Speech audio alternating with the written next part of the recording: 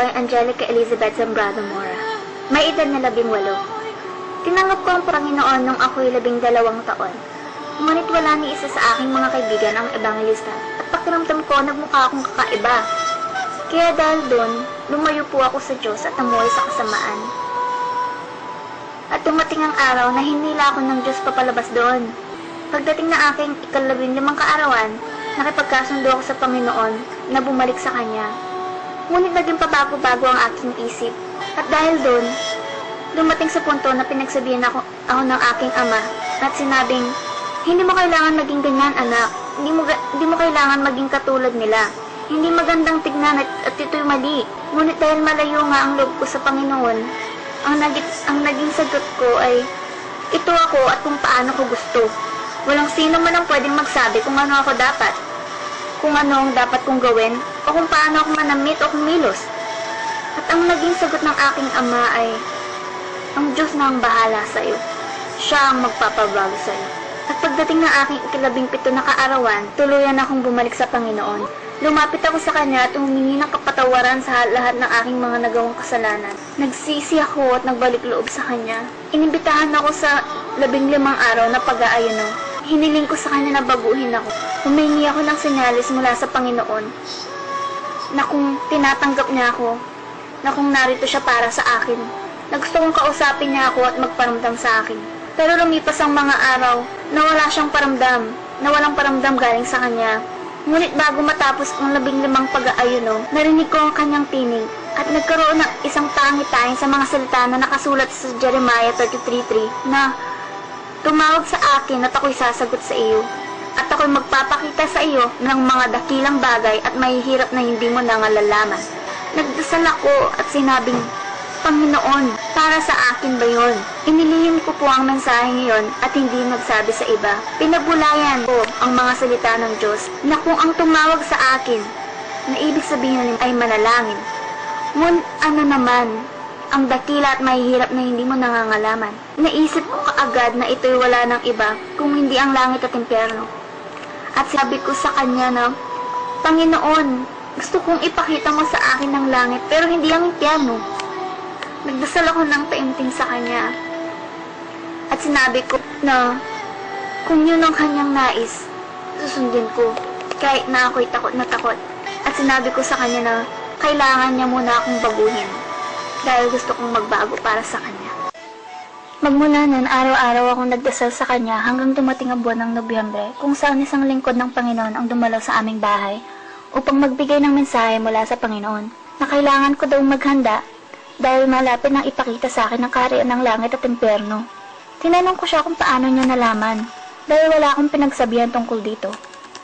At ang naging sagot niya sa akin ay, ang Diyos na iyong pinaglilingkuran at pinupuri, parehong Diyos na aking ding pinupuri, ang nagsabi sa akin.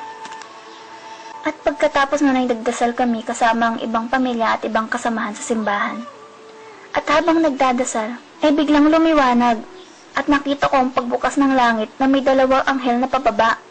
Tinanong ko ang mga ito kung bakit sila naparito at ang sabi nila, narito kami para sa isang misyon. Narito kami dahil kailangan mong makita ang langit at impyerno. Magmula nun ay hindi ako iniwan ng mga anghel hanggat hindi dumating ang takdang araw. At kahit saan ako pumunta, nakasunod sila sa akin. Mula paaralan hanggang sa pag-uwi ng bahay. Napakatangkad ng mga anghel. Napakaganda nilang tingnan. At napakaganda na ng kanilang pakpak. Maningning ang mga ito nakasuot ng kristal na sandals at ang banal na puting damit. At ang lingkod ng Panginoon na dumalaw sa aming bahay ay pinagsabihan ako na kailangan kong maging handa, na kailangan kong ihanda ang sarili ko dahil malapit ko nang makita ang langit at impyerno. At para makita ito ay kailangan kong mamatay. Hindi ito naging madali para sa akin. Tinanong ko siya kung paano ako mamamatay dahil nga napakabata ko. At ang naging sagot niya ay, wala kang kailangan ipag-alala. Lahat ng bagay sa Diyos ay perpekto. Noong 7 ng Nobyembre, habang pauwi ng bahay, nakarinig ako ng isang tinig na nagsabing, maging handa, dahil ang araw na ito ang iyong kamatayan. Alam ko na ang tinig na iyon ay mula sa banal na espiritu. At sinabi kong, Panginoon, hindi ko nais na mamatay ngayon. Ngunit inulit niya ang kanyang sinabi na, maging handa, dahil ang araw na ito ang iyong kamatayan. Sinabi niya ito ng mas malakas na may higit na puwersa. At kahit na ako'y takot na takot, sinuko ko ang aking sarili. At nung kauwi ng bahay, naroon ang aking pamilya, mga sister sa simbahan at ang lingkod ng Diyos na dumalaw sa amin dati. Sinabi niya na kailangan akong pahiran ng langis. At habang ako'y pinapahiran, pakiramdam ko ay binabalutan ako ng hindi maipaliwanag na bagay na nakapaligid sa akin, na parang sandata na hindi man lang nila ako mahawakan. At habang nananalangin, biglang sumikip ang aking dibdib at nahirapan ng huminga. Nagsimulang sumakit ang aking tiyan at puso, pati na rin ang buo kong katawan. At ang kaya ko lamang sabihin na ibigyan niya ako ng lakas dahil hindi ko makaya ang sakit. At nang tumingin ako sa langit, nakita ko ang pagbubukas nito. Nakita ko ang mga anghel.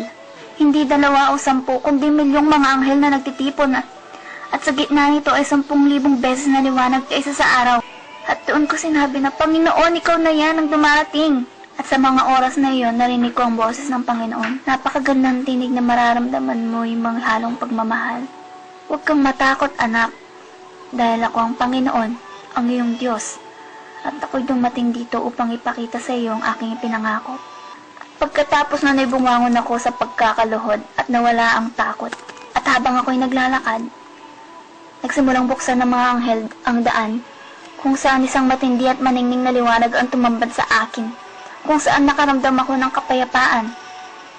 Nang masilayan ko ito, nakita ko ang isang maganda, matangkad, matikas at matipunong lalaki. Masyadong maliwanag para masilayan ang kanyang muka, ngunit nakita ko ang kanyang napakagandang buhok na maningning na parang ginto, at napakaputing damit na may gintong pamigkis na sumagi sa kanyang dingdib. At nakalagay, Hari ng mga hari at Panginoon ng mga Panginoon. Tumingin ako sa kanyang mga paa. Suot niya ang makintab na gintong sandalyas. Inabot niya ang kanyang kamay sa akin at nang hinawakan ko ito, alam ko na yun na ang simula ng papakita ng Panginoon sa akin tungo sa langit at impyerno. Biglang umuga ang lupa at bumiyak sa gitna. May isang madilim na lagusan kung saan kami dumaan pababa, at isang kakilakilabot na kadiliman at malaking bilog ang aking nakita. At maririnig ang milyong-milyong boses na sumisigaw. Nakaramdam ako ng init na pakiramdam ko masusunog ang aking balat. At yun na palang lagusan patungo sa impyerno. Pagdating namin sa dulo ng lagusan, iniabot sa akin ng Panginoon ng isang papel at lapis upang isulat ang mga pangyayaring aking makikita at maririnig. At sinabi ko kay Jesus na, Panginoon, susundin ko ang iyong pag-uutos. Ngunit ngayon pa lang ang dami ko nang nakikita. Mga kaluluwang pinapahirapan at napakalawak na apoy. Nakita ko ang kakilakilabo na itsura ng mga demonyo. Tumatakbo ang mga ito ng mabilis at may hawak na bagay sa kanilang kamay. Tinanong ko ang Panginoon kung bakit sila tumatakbo at ano yung hawak nila.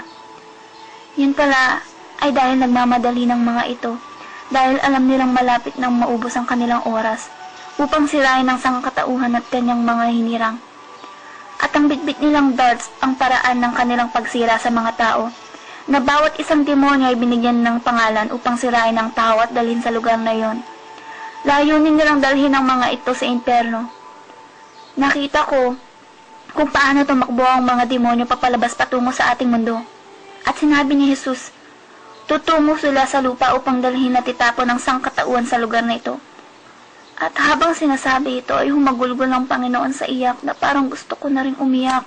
Pagkatapos ay dinala ako ng Panginoon sa isang selda, kung saan nakita kong isang binatang nasusunog sa gitna ng apoy. Pansin ko rin na may nakasulat sa noon nito, numerong 666 na parang nakatattoo din sa kanyang balat. Ang kanyang katawan ay nabubulok at tinuod habang siya ay nasusunog. Sumisigaw ito at humihingi ng tulong sa Panginoon, ngunit ang tugon ng Panginoon ay, huli na, ibinigay ko sa iyo ang pagkakataon at hindi mo ninais magsisi. Itinanong ko sa Panginoon kung bakit naririto ang binata. Ito daw ay malapit sa kanya noon, ngunit gaya ng iba ay tinalikuran siya. Napunta sa maling landas at nalulong sa masamang bisyo. Muling lumuha ang Panginoon at sinabi, hindi ko nilikha ang impyerno para sa sangkatauhan.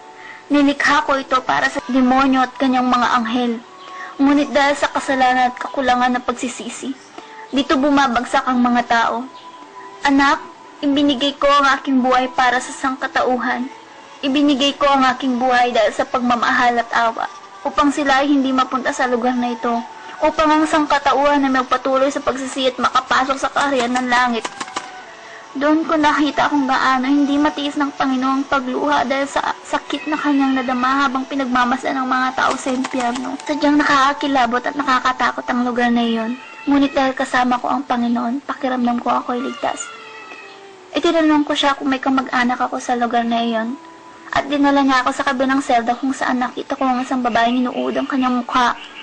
At mga demonyong walang tigil sa pagsaksak sa kanyang katawan. Sumisigaw ito at humingi ng tulong sa Panginoon. Nagmamakaawa na patawarin at ilabas sa lugar na yon kahit sa loob lamang ng 1 minuto.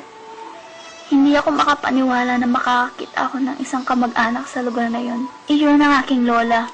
Dahil sa hindi pagpapatawad, hindi rin siya pinatawad ng Panginoon. Ayon sa Panginoon, may pag-asa kapag magpatawad habang ikaw ay nasa lupa. At ang mga hindi marunong magpatawad ay hindi makakapasok sa kaharian ng langit. Habang kami ay paalis sa lugar na yon, nakita ko na napakaraming kaluluwa na nahihirapan at nasusunog sa impyerno. Karamihan sa kanila ay niabot ang kanilang kamay upang humingi ng tulong at pakiusapan ng Panginoon na ilabas sila. Ngunit wala nang magawa ang Panginoon at bigla niyang sinabi sa akin na masakit para sa akin na makita ang bagay na ito. Kaya pakiusap.